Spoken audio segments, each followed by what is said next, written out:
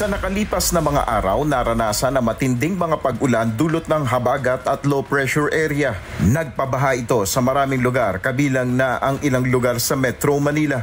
Ayon kay Department of Public Works and Highway Secretary Vince Dizon, kabilang ito sa kanyang tututukan.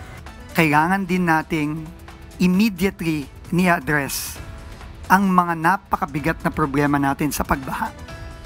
Hindi po ako makapaniwala dun sa mga nakita nating lahat na images at video sa Quezon City, sa Maynila at sa iba pang parte ng Metro Manila nitong mga nakaraang araw. Ayon sa bagong DPWH chief, makikipagpulong siya sa mga susunod na araw sa ibang ahensya ng pamahalaan, lahat ng lokal na pamahalaan ng Metro Manila at ilang mga riyon na nakaranas ng matinding pagbaha. Hihingi rin ng tulong si Secretary Dizon sa pribadong sektor ukol sa problema sa baha. Aminado si Secretary Dizon na hindi magiging madali ang pagresolba sa problema sa baha dahil na rin sa matagal na anyang korupsyon at napabayaang mga proyekto. At ang dahilan po niyan ay build up ng dekada, hindi lang taon.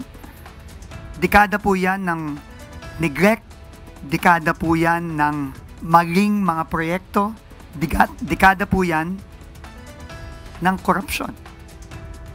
Dekada na po yan. Kailangan po nating i-address yan right away. Hindi po madali ito. No? Hindi po, wala pong milagro dito. Walang silver bullet. Nel Maribuhok, UNTV News and Rescue. Diyos ang aming sandigan, serbisyo publiko ang aming pinahalagahan.